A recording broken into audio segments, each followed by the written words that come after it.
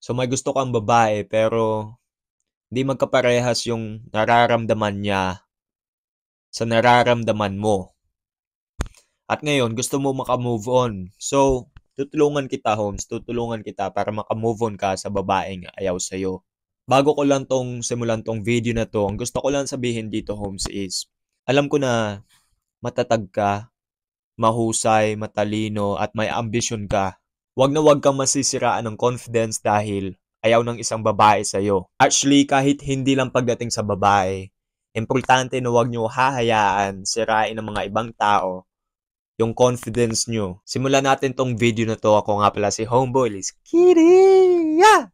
Para maka-move on ka, ang unang payo ko sa'yo is give yourself time to heal, bro. Hindi overnight ang healing process. Baka 2 weeks, 3 weeks, 1 month, hindi ko alam. I guess nakadepende yan sa mga pinagdaanan yung dalawa. Okay lang na medyo masakit yung nararamdaman mo ngayon. Okay lang na medyo disappointed ka. Okay lang yun, Holmes. Pero wag na wag kang magagalit sa sarili mo dahil hindi ikaw yung may control ng utak niya. Makisama ka sa mga kaibigan mong supportive. Ikwento mo sa kanila yung pinagdaanan mo, yung nararamdaman mo ngayon. Ikwento mo sa kanila, sabihin mo sa kanila na may babaeng gusto ka pero yung babae hindi kanya masyado type. Hindi magkaparehas yung nararamdaman nyo sa isa't isa. Ikwento mo yun sa mga supportive mong kaibigan, sa families mo na tumutulong sa'yo. Humingi ka ng support sa kanila, Holmes. Huwag mong sarilihin yung pinapagdaanan mo. Kung gusto mo nga, message mo ako sa Facebook page ko. Ako si Homeboy, yun yung Facebook page ko by the way. Go like and follow my page. And or kaya sa Instagram or dito sa YouTube, mag-comment ka. Susuportahan kita along the way, Holmes. Dahil may pakialam ako sa'yo. Dahil sobrang grateful ako na sinusuportahan mo tong YouTube channel ko. And together, we grow. We self-develop. Aangat tayo lahat dito. Yes, sir. Pangalawang payo ko sa'yo is gamitin mo tong experience as an opportunity para mag-self-develop.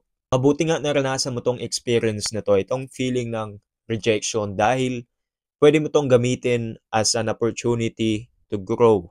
Gamitin mo tong experience na to pang pagigil para sa kabutihan ng future mo, para sa sarili mo, para sa tagumpay.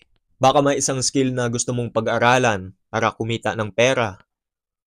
Baka may passion ka na gusto mong i-pursue. So do it, bro. I'm counting on you. Challenge yourself, Holmes.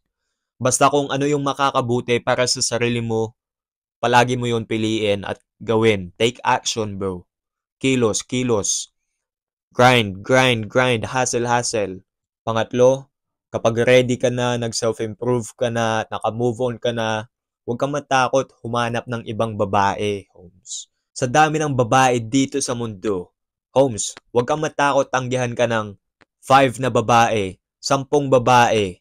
Huwag kang matakot, Holmes, dahil sobrang dami ng babae dito eh. Magkakaroon ka ng maraming chicks kapag ginugusto mo. Ang tanong ko sa'yo, kakayanin mo ba yung sakit sa ulo ng ibibigay sa'yo ng mga babae? Ako baka hindi ko kaya eh. Hindi ko alam. I guess malalaman natin sa future. Importante na huwag kayong ma-attach sa mga babaeng nagugustuhan nyo. Huwag kayong mabubulag sa kagandahan nila. Huwag nyo silang seryosohin. Kapag tinanggihan ka ng babaeng gusto mo, idaan mo lang sa tawa. Tawanan mo lang, ngitian mo lang. Basta, huwag kang mahihinayan, Holmes. Ang tamang babae, darating yan sa tamang panahon para sa'yo. Huwag kang mahinayan na, ayun nga, yung babae, yung crush mo, rinejectahan ka, hindi magkaparehas yung feeling nyo sa isa't isa. Huwag kang ma-down. Hindi, actually, okay lang ma-down, pero huwag kang mawalan ng pag-asa dahil importante na dapat you need to keep moving, bro. Keep moving, okay?